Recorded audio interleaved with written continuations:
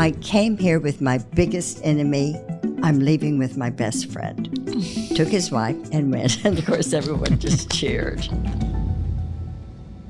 What are some of the most common communication mistakes that all of us can make in relationships, whether it's our intimate partners, our friends, our coworkers, our teammates?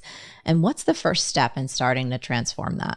The basic mistake that most people make in a relationship is to assume that their partner sees the world the way they do, and then to behave as if that's true, and then to be shocked and judgmental when it turns out not to be true. But that's reality, that nobody sees the world the way you do. Everybody sees the world differently, and that's what's normal. What's abnormal is to assume that that's not normal. So what that means is that in order to not have a relational problem or to resolve a relational problem, you have to learn something that we think is relatively new in the human scene, which is listening. That in order to listen, when you listen, you get to know that you are living with somebody different from your fantasy about who they are. So to listen is to discover the otherness of your partner. And then in order to make that work, you have to not only discover it. I sort of giggle because many times in the process, it's like, well, I got it clear who you are, but you suck. You're worse than what I thought you were before I got to know you. So you have to discover and then accept that this is the person you're with, and they live in that world, and your job is to share your worlds without judgment, and then and stay in that, so that becomes very exciting and creative if judgment is removed. But if you judge each other's world, then that's a pathology, because there's nothing you can do about your world except share it and maybe grow. You bring the two worlds together to grow into something new. But I would think that's the biggest problem. We call it the objection to difference. In fact, one day I remember it sort of consolidating in my mind, what is the couple's problem? And because, there are lots of symptoms, but then there's one thing that produces all those symptoms, and which is the rejection of the difference that your partner is. I think that's the major human problem, and especially a couple's problem. And Marie, your question is so good. Harville makes a point that I think is the answer to your question also. So we grow up, and the value system of the culture is to be the best. What people don't know is that learning to be the best is called monologue. And that's how people talk. And there is a place for being accurate and precise. If you want to have good relationships, there's another way to talk, and it's called dialogue.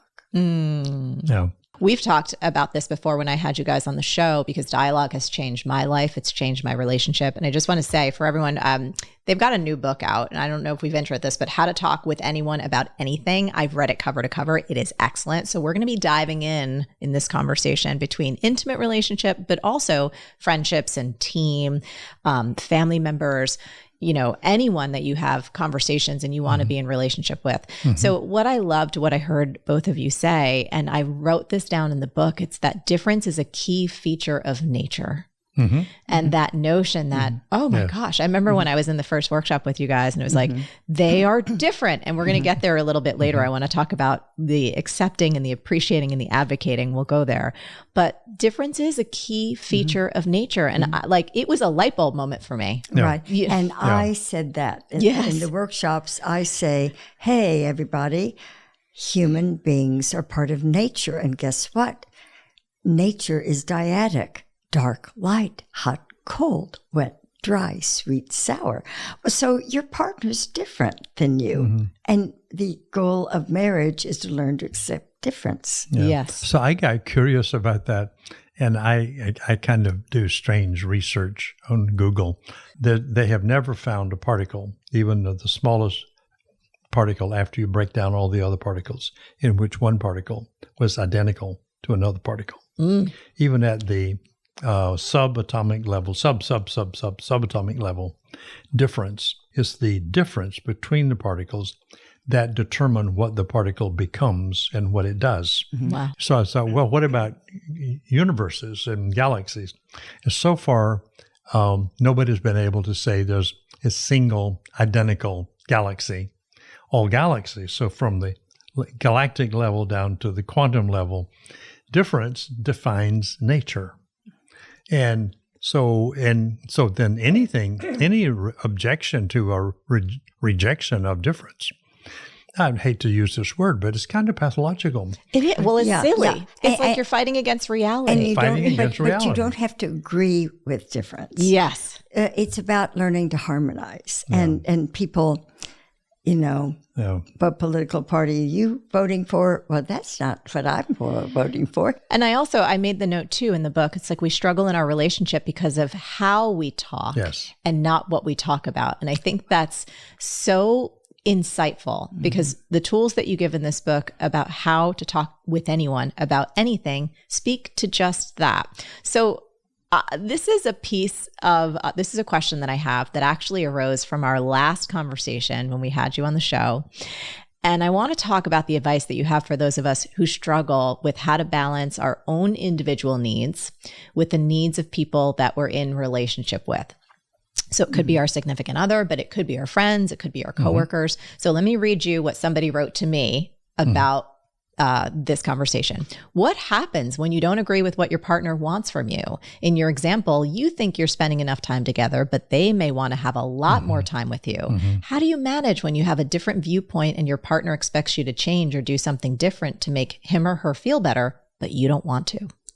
What would be your advice? Well, you just keep trying to come up with a plan for both of you are happy. And Harville suggested I tell the story. There was an opportunity for us to have a vacation. And I was multitasking, working in two different worlds, one with women and one with women and men. And I was tired, and he had 2 kids before we married. I had 2. And we had 2 together who we love. But I was tired. On vacation. I just want to. And Harville said, no. For a vacation, I want to travel to another part of the world. I love nature. I want to be someplace different. And I said, Harville, can't we just sit on the sofa and relax and have movies and look at travel logs, watch, and just rest and take care of our bodies, exercise. And he said, no, I don't think that's right. And then he woke up. He said, Helen, let's get a motorhome. And so we got a motorhome, and we had more fun in this motorhome where Harville we went to in Mexico. Well, once we got on the road, I just went and watched TV shows and on our vacation. So what we discovered is the thing we just talked about is difference. Yeah. I'm a wanderer. Helen is a nester. She wants to stay home, like a hen, take care of the eggs. And I want to go out and look around. So we came to this conclusion that if we had a motorhome, I can wander and drive, and she can go in the back and look at travelogues. And then at night, we can talk about what I saw in front of me and what she saw on the video so that we would then share. And we found that so successful. I think we did that about 22 times. Yeah. That's amazing. And what I'm hearing there is there was an interest to keep exploring the differences and to also keep being creative about possibility, where you felt like you could get your desires for what an ideal vacation for you looked like as you. Josh and I, vacation is interesting because I know this question. A lot of people have this, my partner wants X, Y, or Z, but I really want something different, A, B, or C. Josh and I noticed that on our vacations too, where he loves to not have plans and discover things. And, I can be a little bit of a control freak in a good way. And I have I know the number one croissant place in Paris and we must find, and so we've had battles, and the way that we've settled it is some days are absolutely free flowing. There is no agenda. I'm like, I am at your service wherever we want to wander and discover. And then other days I get to then check things off my list of the best of X city. We're going to go visit that. So thank you for sharing that story. Well, and the beauty of that is that you can have two outcomes. Yes. And one is if you hold the difference in tension, it produces a third option that could not come out of one or the other person. Yes. Or you can take turns and say, okay, I want to go have a structured day. I want to have a free day. Yep. But if you collaborate and using dialogue to really listen to each other each way, then you get all kinds of options. Yes. And you don't have to polarize. You then have to just invent. Yes. And when couples discover that, they're at another level of consciousness, because most of us live, it's me, not you. Yep. Or it's me or you. But it could be us.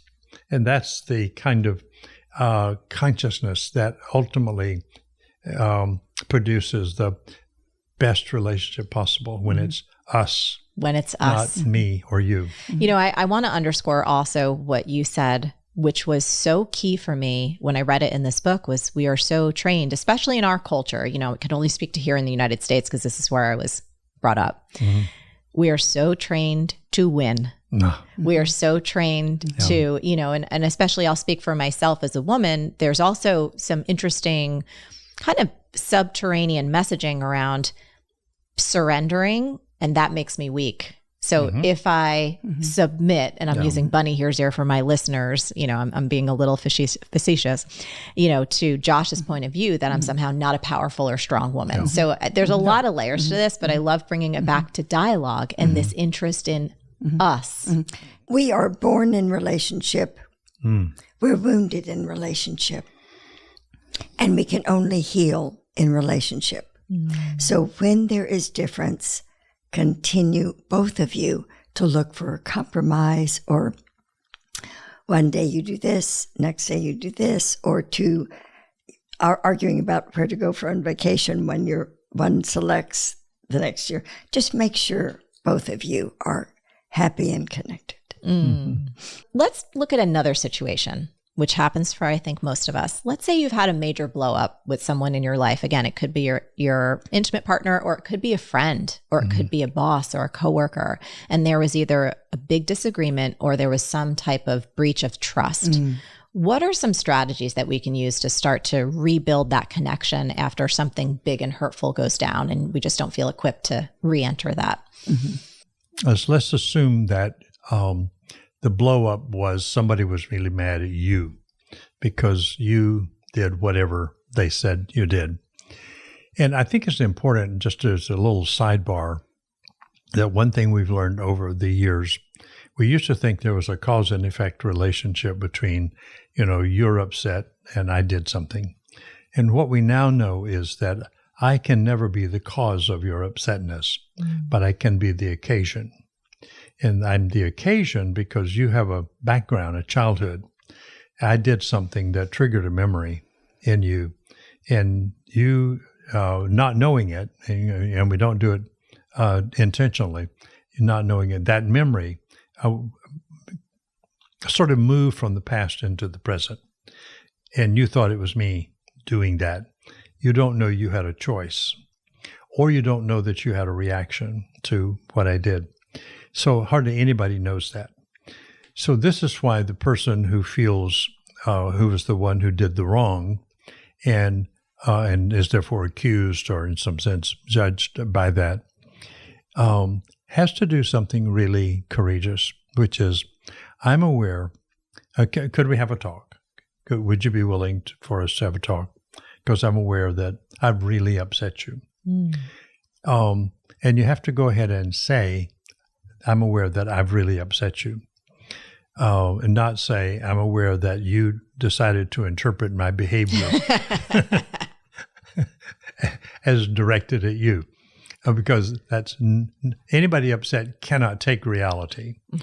you have to say, I'm aware that I upset you. And I really, I'm sorry about that. I apologize for it. But mainly I want to know what's happening for you. In other words, you go to curiosity. It's a principle. It's not so much a tactic. It's a principle. You go to curiosity. I'd like to know, really like to know, what your thoughts and feelings were when you experienced me doing X. Would you be willing to tell me? You don't do the exercise. Let me see if I've got that. Did I get it? Because then they know you're practicing a skill. You just say, really, it's really important to me that I hear you accurately. So would you let me check with you if I'm getting it? Because I might miss something. And then you go to more curiosity. So is there more about that? And then they'll always generalize, because this pain does not really come from you. It was triggered in the moment. Then they say, well, you're just like everybody else, or you're just like Peter or my other boss or whatever. And God, and he was like my father. And so you just mirror that. What you have to do is hold that reality without judging it in any way, shape, or form, or defending yourself that I didn't do that. Everybody decides how they're going to respond to an experience, because that would be adding insult to injury, is that I'm making this up. And that's what somebody will say to you. You're just telling me I made all this up. No, you have to ask them for it, because they are telling you their truth. That's where we get to difference. They're telling you their truth. It's not your truth. And here's the magic of that, is that they've been operating and telling you about it out of what we would call the emotional brain, the lower brain. And when you mirror them back and say, let me check now, am I getting this? They have to go to their prefrontal cortex to check, so that they then come out of the affect into cognition. And after a while, they'll say, well, there's something like, I've had this feeling before, and I just hope that thank you for listening to me, and and it's okay. I don't have the training to go in and say, well, tell me what happened for you.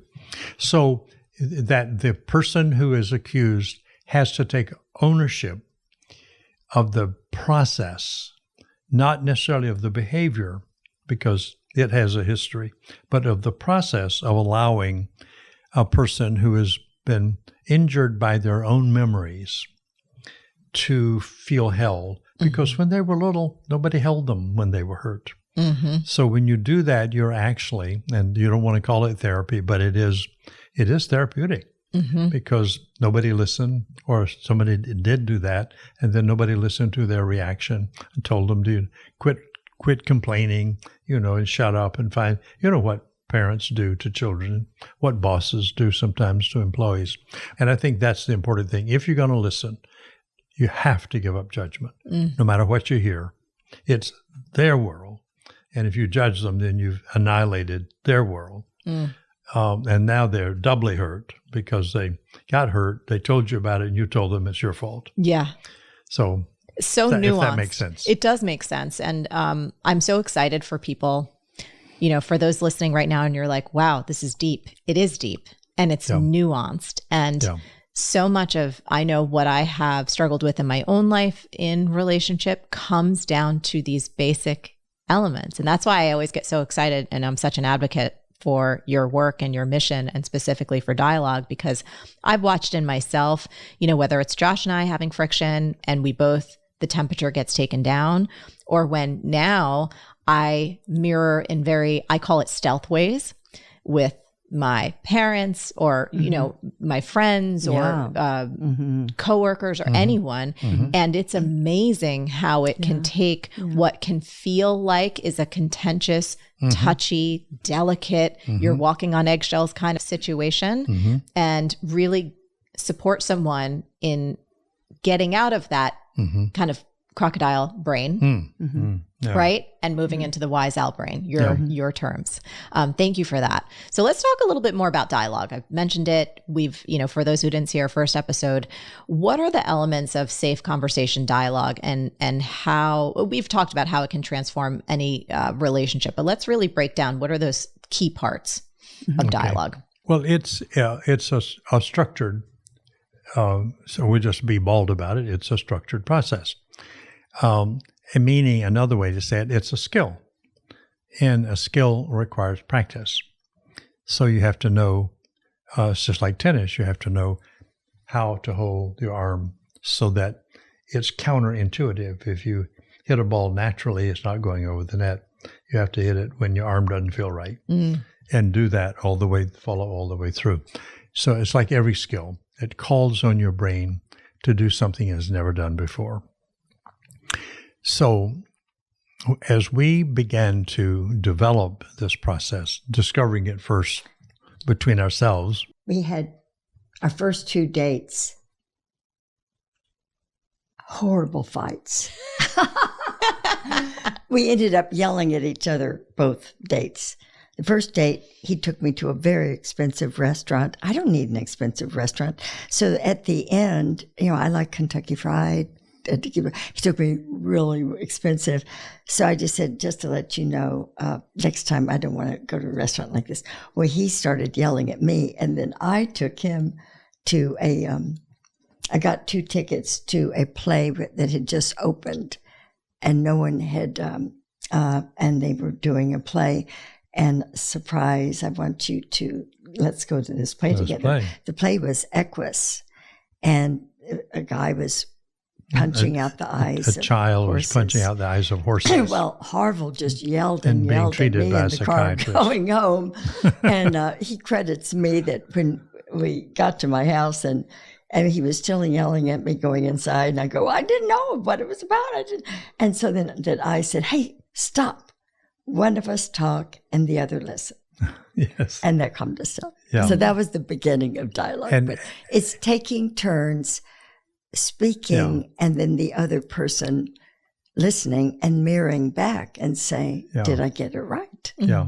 And that, in fact, was the beginning of our discovery, because I'm a couples therapist and I was doing a couples therapy that was based on problem solving, conflict resolution, mainly using your brain to figure out things. And it wasn't a very successful form of marital therapy, but that was the field. That's all they had. And when Helen sort of yelled at me and said, you said, one of us talk and then the other one talk. In other words, let's do parallel monologues, but not at the same time. But take turns. Talking. I realized that did calm me down. And I have a clinical sensitivity. I could have killed her 2 minutes before, and I'm now calm. So what's happened here is that she called us into the prefrontal cortex and calmed down. So I went to my practice of couples the next day, and for the first time, instead of them looking at me and doing what I now call parallel psychotherapy, which was called couples therapy, 2 people in a room makes it couples, but it was really parallel psychotherapy, as if only one person was in the room, because you work with one at a time and then work with the other. I turned them for the first time to face each other and said, now, and I started off sort of like what Helen did. One of you will talk, and then the other one will talk. But then they got into that. They said, but couldn't he tell me back what he's hearing? And so I learned from couples what they needed to have a conversation. So I said, do you want him to reflect back what you're saying? She said, yeah. I hadn't come up with mirroring at that time. It was, okay, George, would you do that? And so he said, well, yeah, I can say back what you said. And so he did that. And then I kept asking her, okay, so that's the mirror.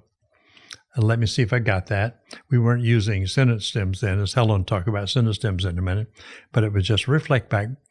And then she amazingly said, well, I said, what else would you want? And she said, well, I'd like him if he would ask me if I have anything else to say.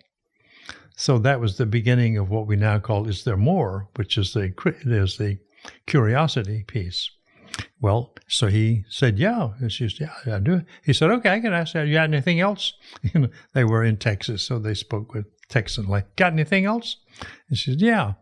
So she gave some more things. And so I said, do you want him to do something else different? Well, he could tell me, is he getting it all? Mm. So she asked for a summary. Now I'm learning this for the first time. Okay, now you got your summary. Is there anything else you want? Well, I'd like to know if he thinks I'm making sense or am I crazy? Well, he had said to her so many times that you don't make sense or that's crazy. They just kind of did this, like, kids tussling and hurting each other. And he said, well, it doesn't make sense. And she said, I want you to know that I'm not asking you to agree with me. Mm-hmm. I'm asking you to see how I'm thinking. So she asked for validation. Mm-hmm. And he said, well, if I don't have to agree with you, I can see how you could come up with that conclusion. Mm-hmm. And then I said, is there anything else? She said, well, I wonder if you know how I'm feeling when I had that experience. So she was asking for empathy. So essentially, that's what a dialogue is.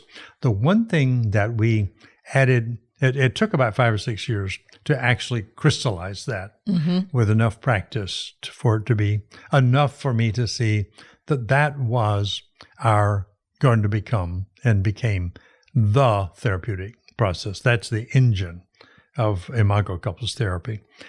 Couples learn to dialogue. They don't need anything else because dialogue helps them hear each other, discover each other, become safe for each other. All the things they were complaining about not having, they get it in this new way to talk. So the one thing that we added, which was actually it was a gross oversight, but it's one of the most important things, is always when you want to talk to your partner, ask permission. Make an appointment. And when most of us just walk up and start talking. And so Helen, she's running her movie, and I'm running up and about something else. I'm just putting my movie on her screen and say, I don't ask her if she'll let me put my movie on. I just start projecting it. Yes. Now, so Helen is a wonderful person, and she'd probably say, well, okay.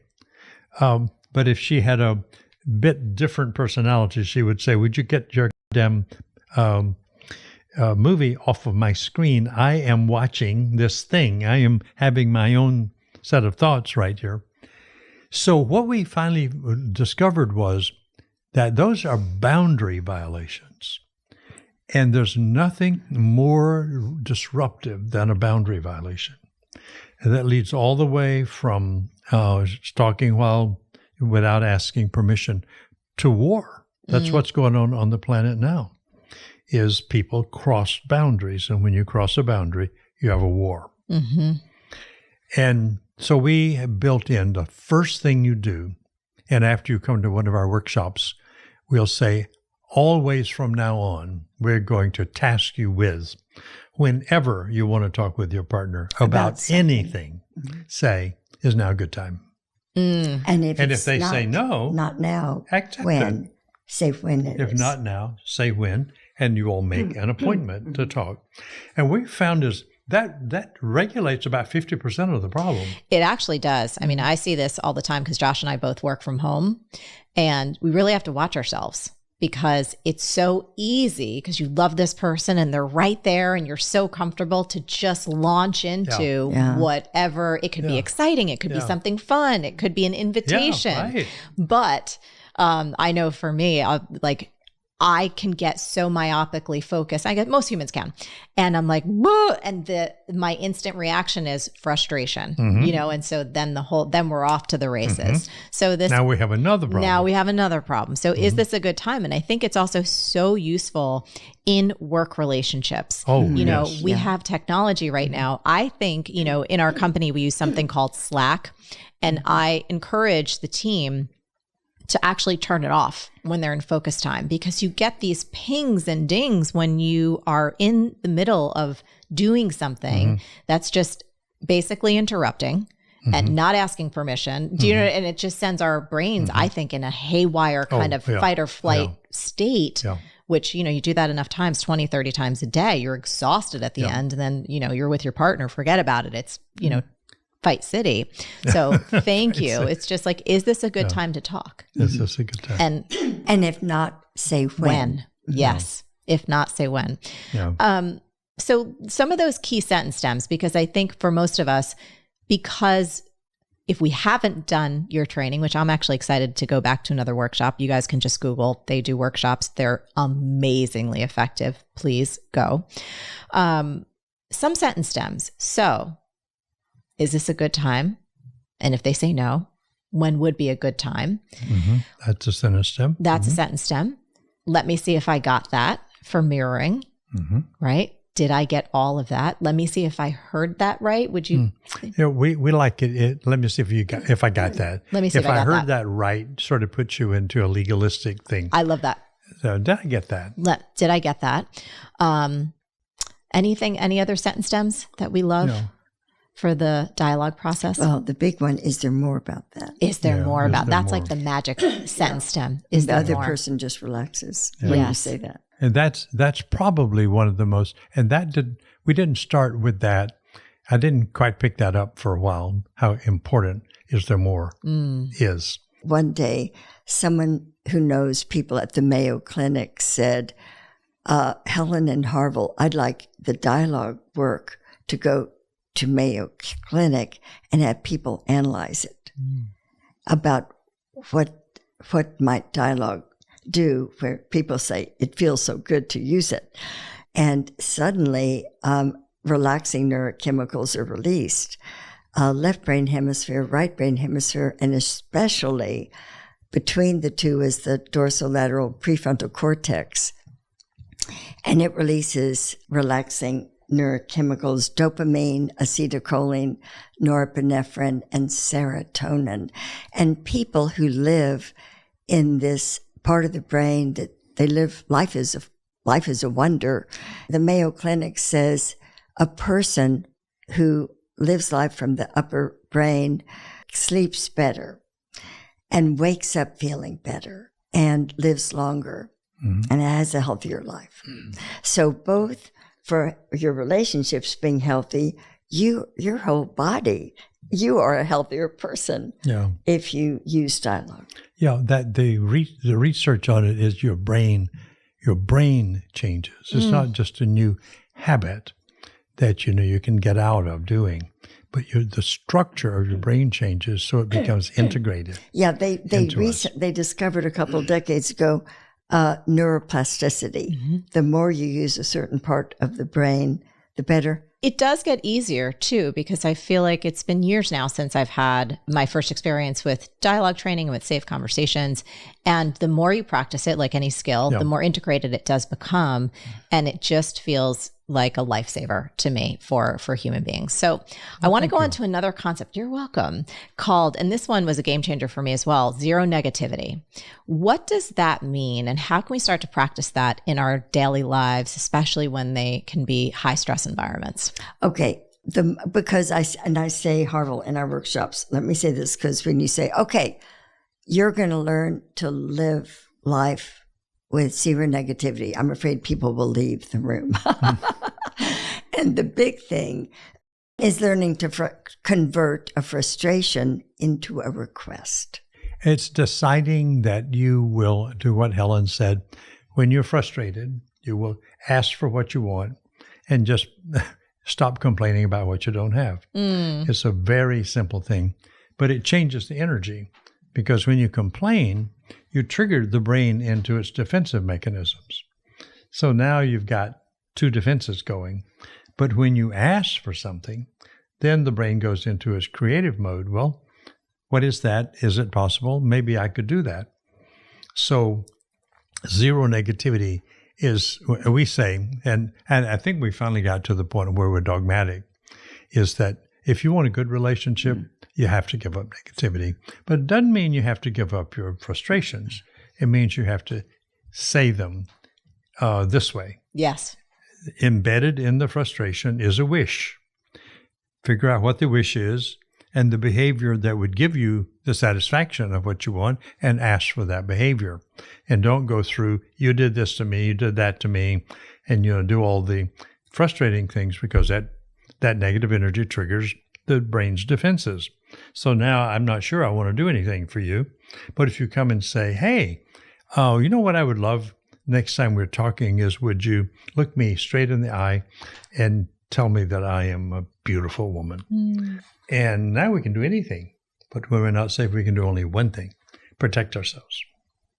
So I remember one of the other things you've taught me about zero negativity is like, okay, well, how do I identify something that's negative? It's something that your partner or whoever you're in a relationship with considers a put down, something that makes them feel unsafe. Put down, right. And I feel like it's so normalized in most relationships about these little snide remarks or an eye roll or a huff or, it might not even be a word, but it might be a posturing or some type of physical reaction that can make the other person feel devalued.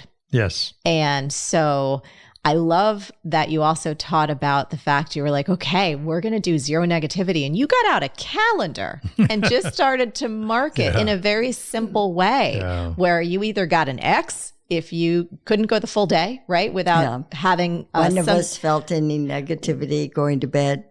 Yep.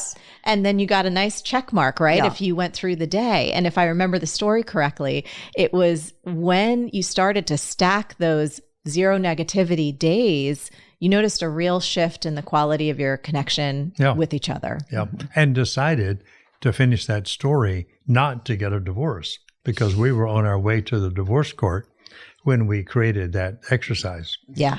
And so we would say zero negativity saved our marriage. Yeah. Twice. And what happens when I would put it, I would say Harville had X mark.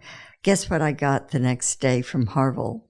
In the afternoon, flowers. He wanted to do something, make sure I didn't feel that way the next day. Yeah. So it turns out to be very simple. You generate what you put into the world back to yourself. Yeah. And I'm sort of a novice in quantum field theory.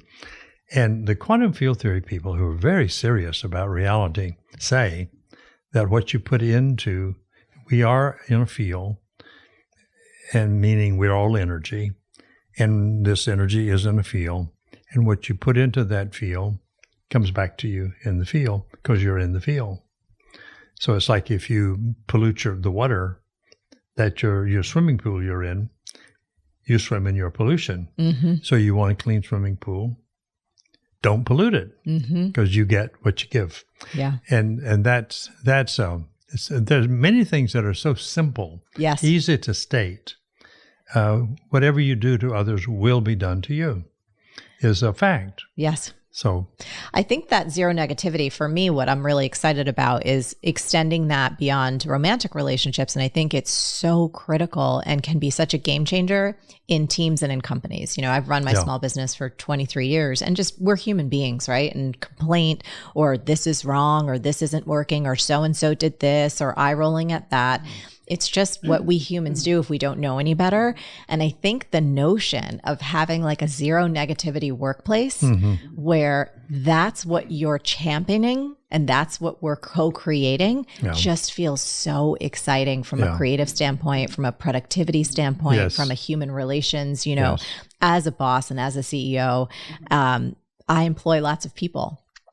And we're really excited and we love our work. And one of the most challenging aspects, I think, for most CEOs and most leaders can be people challenges, and people who you adore and you respect and they're so talented. And when there are interpersonal dynamics or politics within a company and it can just take everyone down, drain their energy, take you off track from a productive standpoint or from a mission.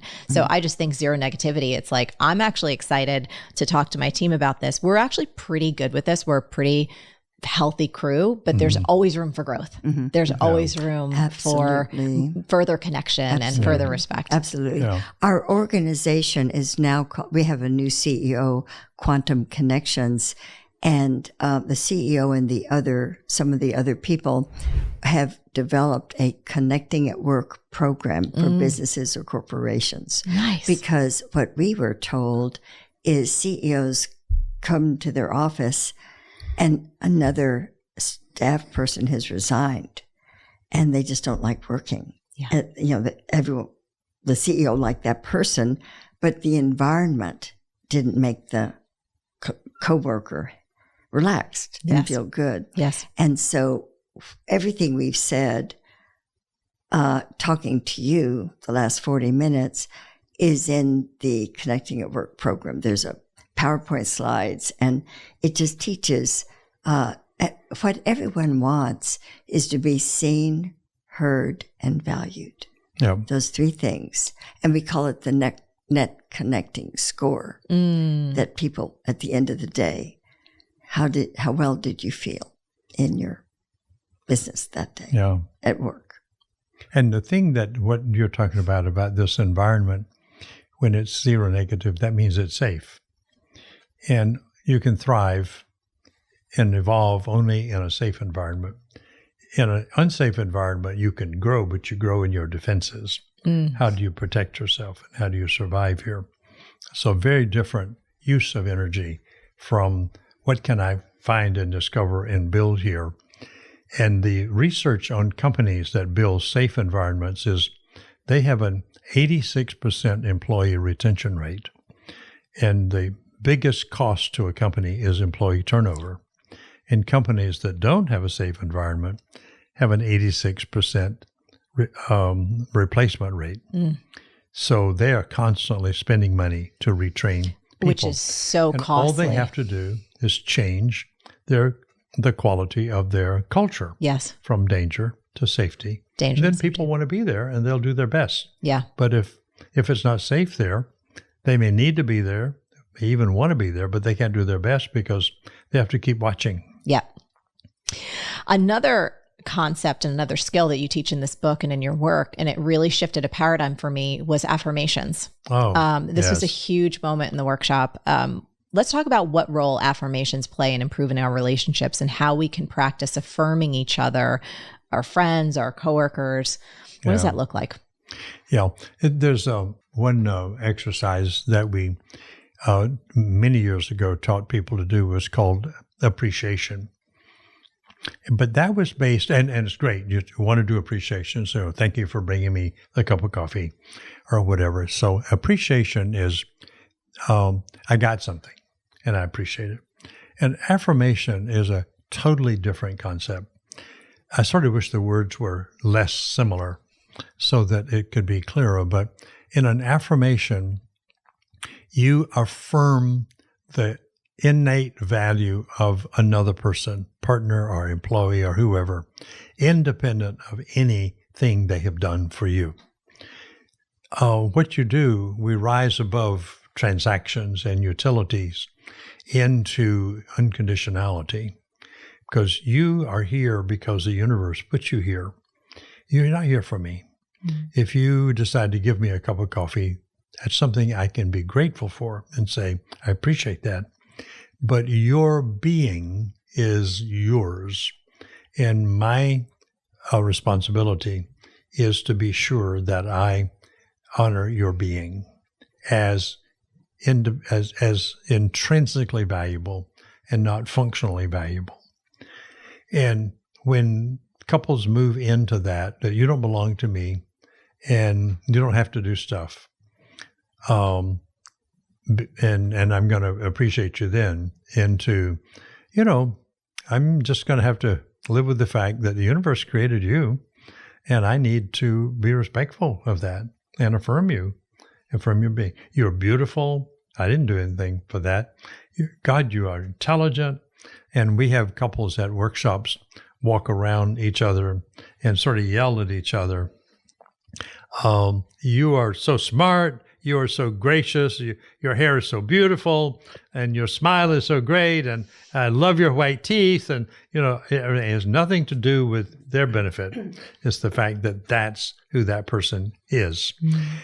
And we have seen couples move from not quite making it in a workshop to, and this is at the end of the workshop, to actually crossing over when they affirmed each other, an unconditional acceptance of the other as valuable, and independent of anything you do for me. Harville labels this, and you did it then, the positive flooding exercise. Yes, the positive flooding that at the end, just one spouse member sits down and the other is going to do something they've never done before, which is walk around the spouse member is just listening and just, I appreciate this. You do this. You flood them with appreciations. Yeah. And we're all a miracle. And then they take turns. Yes. They switch. Yeah. It's really moving. And it's that was, I think, one of the things that I love so much about your workshop. Josh and I were commenting because we're going to come back because I always love refreshers. And it's nice to just step away from the day-to-day, from the laundry, from the mail, from the social, this, that, and the other thing, which are all lovely, and just focus on our relationship and just focus on reconnection and a regrounding in the skills. But I remember I did not expect to cry. Yeah. At the work, like I was like, I know we're gonna learn some skills and relationships are emotional, but him and I boo-hooed like in the best way. Oh, it was really? the most. It was gorgeous because there was such deep levels of seeing and listening and affirming and all of these things that were under the surface of we so love each other. It's but under the surface. Yes, we usually at those workshops have 50 to 125 couples in the room, and as you know. Harville has the couples in a U shape, and we're on a little stage with the PowerPoint slides. And long story short, a couple came in at the very beginning and sat very near, and they did not speak in the whole workshop. And I kept wondering, because we have Q&A after the different exercises. I thought, well, they're just happy, and I'm glad they're here. Like you said, you want to come back and just relax. They don't have any problems. Well, at the end, we have couples, anything you want to say before you leave. And different people say how they felt about this man raised his hand. First time, took his wife. We said, yes. He went to the middle of the room. He said, I want this auditorium of couples to know this was our last chance. Here are our divorce papers. And he said, I came here with my biggest enemy. I'm leaving with my best friend. Took his wife and went. And of course, everyone just cheered. Came here with my biggest enemy, leaving with my best friend. That is what the dialogue process could do. We didn't do anything. We just taught them dialogue. Yeah. It's so beautiful. And this was another concept that I had never heard of before and was introduced through the workshop was this idea, and you talk about it here, the space between. So we now see the space between is the way into the self, and rather than starting with the self and then coming out here, which you couldn't get anything done much as you start changing this. So now I have this great memory of Helen, or I have a great memory of you. And so then the brain is predictive. Once I get a new, wonderful memory, I'm going to anticipate that memory being repeated the next time I see you. But if I get a bad memory, I'm going to anticipate the bad memory is going to be repeated. So you do two things in order to make your life really wonderful. Create absolutely wonderful memories, and then your brain will predict. So if I give Helen a great memory, when I see her next time, she's probably going to hug me or smile at me, or at least she's not going to frown. She might be preoccupied, but it won't be negative. If I give her a bad memory, I walk in, there's going to be a shell around her. So you decide, what kind of world do you want to live in? You create it by your own intentional behaviors. So I decide what kind of memories I want Helen to have of me, and then I give her those memories with my behavior. I love that. And I love this notion. I have an image in my mind about the space between you know, I like to clean and I like to keep things tidy. And so I love imagining into that space and keeping it really, keeping it clean and keeping it open. Beautiful. And noticing if it's like, oh, I may have gotten a little messy. What can I do to repair or to freshen that energy up again and get some clear lines of connection there. I love that. Yeah. You know, you guys have been doing your work for decades and have helped and supported and transformed millions of lives. Now I feel like the vision, and this doesn't just happen, but this book feels like a real flag in the sand for the expansion of the vision and the goals for your work. We figure in 2050, if we have 2.5 billion people practicing dialogue, we will have, and we've labeled that, we will have then the next stage in human civilization. Dialogue didn't exist on the planet until 100 years ago. Up until then, monologue, that is, I talk, you talk, I talk, you talk, was the only way human beings talked. Listening, dialogue, brought in, was Martin Buber came up with the concept, but he didn't have an operational. He didn't say, here's how to do it. He said, here's the concept. And what Helen and I did, actually without referring to him, I didn't really realize when we started to work that we were somehow pulled into that same energy as Martin Buber, but we operationalized it. This is what dialogue looks like. It's a fundamental, structural new way to talk that makes systemic changes rather than symptomatic changes. And that's what excites us and keeps us going in our ripe old age when we'd really rather be sitting on the beach somewhere drinking We're gin. Elderly. We're getting there. We've been married 40 years, but we're young at heart. And we have, we have too much to do anything other than what we're doing. And you are a part of that. Yes, happily. Because you're getting conduit of the word. Happily. Yeah. Very gratefully. Thank you so much for this beautiful new book. For everyone listening, How to Talk with Anyone About Anything, grab it. You will refer to it again and again and again. And if you're anything like me, you will underline and highlight so much of it. I adore you both. Oh, you are both wonderful. Thank you so much for taking the time to come on the show. And for everyone listening and watching, until next time, stay on your game and keep going for your big dreams, because the world really does need that very special gift that only you have. Thanks so much. We'll see you next time.